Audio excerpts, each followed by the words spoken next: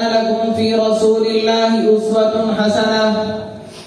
وقال النبي صلى الله عليه وسلم إنما بعثت معلما أو كما قال عليه الصلاة والسلام.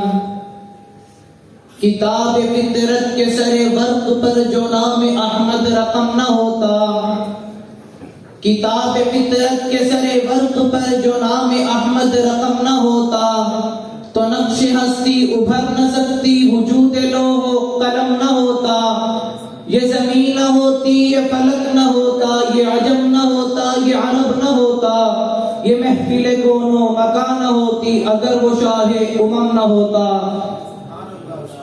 محترم اساتذہ کرام اور علماء کرام اور میرے ہم مشن ہم مکتب ساتھیوں، السلام علیکم ورحمۃ اللہ وبرکاتہ.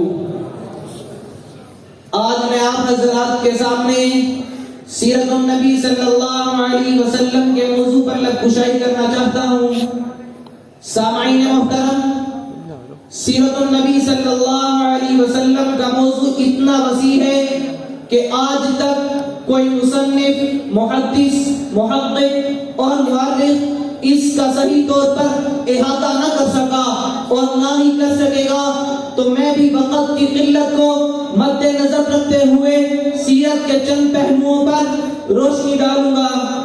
سامعین محترم، قرآن کی روشنی میں پہلا درجہ نبوت کا ہے، اللہ کے بعد رسول اللہ کا مقام ہے.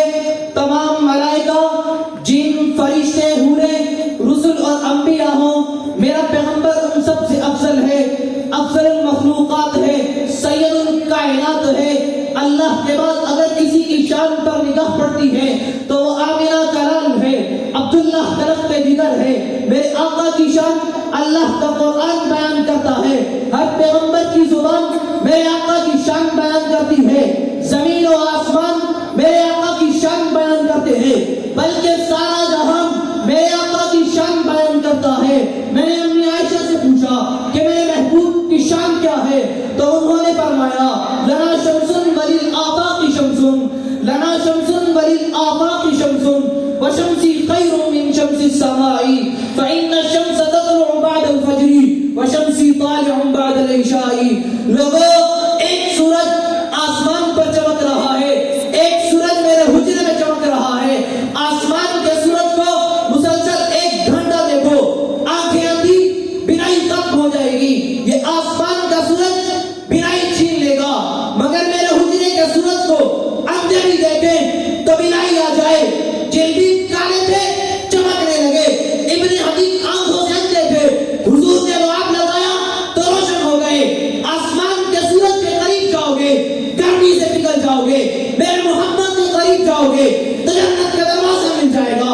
تو پھر میں کیوں نہ کہوں، خدا اگر محمد کو پیدا نہ کرتا، خدا اگر محمد کو پیدا نہ کرتا، خدا کی قسم یہ خدائی نہ ہوتی، جہاں سے جہالت نکافر ہوتی، محمد کی گر رہنمائی نہ ہوتی. خدا جانتا شمس و قمر پوجتے ہم گر احمد کی جلوہ نمائی نہ ہوتی.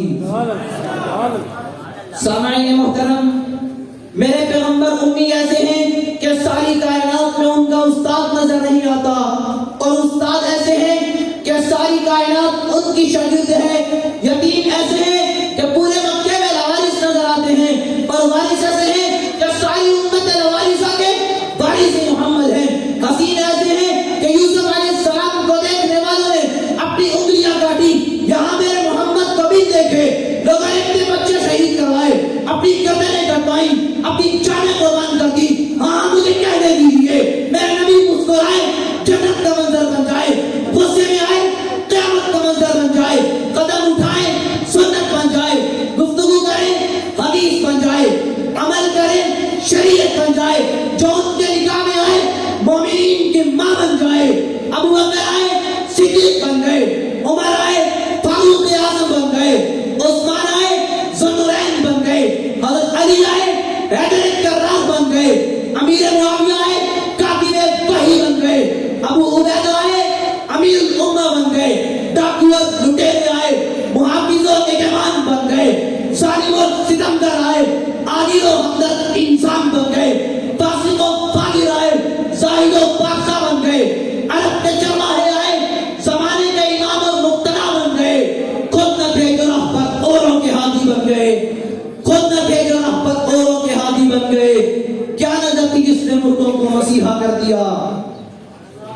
سامعین محترم، یہ سب کچھ کیسے ہوا، یہ انقلاب کیسے آیا؟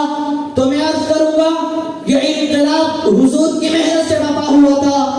یہ تبدیلی سیرت النبی صلی اللہ علیہ وسلم کی مبارک تعلیمات کی برکت سے آئی تھی. یہ تغیر سیرت النبی کو اپنا امام و مقتدا بنانے سے پیدا ہوا تھا. آج بھی وہ ہدایت ربانی اور دعوت آسمانی موجود ہے، لیکن وہ فضا اور ماحول پیدا نہیں ہو رہا جو صحابہ کے دور میں تھا. اگر میں اور آپ چاہتے ہیں کہ وہ فضا اور ماحول پیدا ہو جو صحابہ کے دور میں تھا، تو ہم سب کو سرور کائنات کی سیرت کی طرف رجوع کرنا ہوگا. تو شاعر کا خون کہتا ہے اصلاح عالم کا سامان ہونا چاہیے، اصلاح عالم کا سامان ہونا چاہیے، سب کا دستور العمل سیرت النبی ہونا چاہیے. یہی آرزو ہے کہ سیرت مصطفیٰ عام ہو جائے، سب سے اونچا پرچم اسلام ہو جائے. وما علینا الا البلاغ المبین.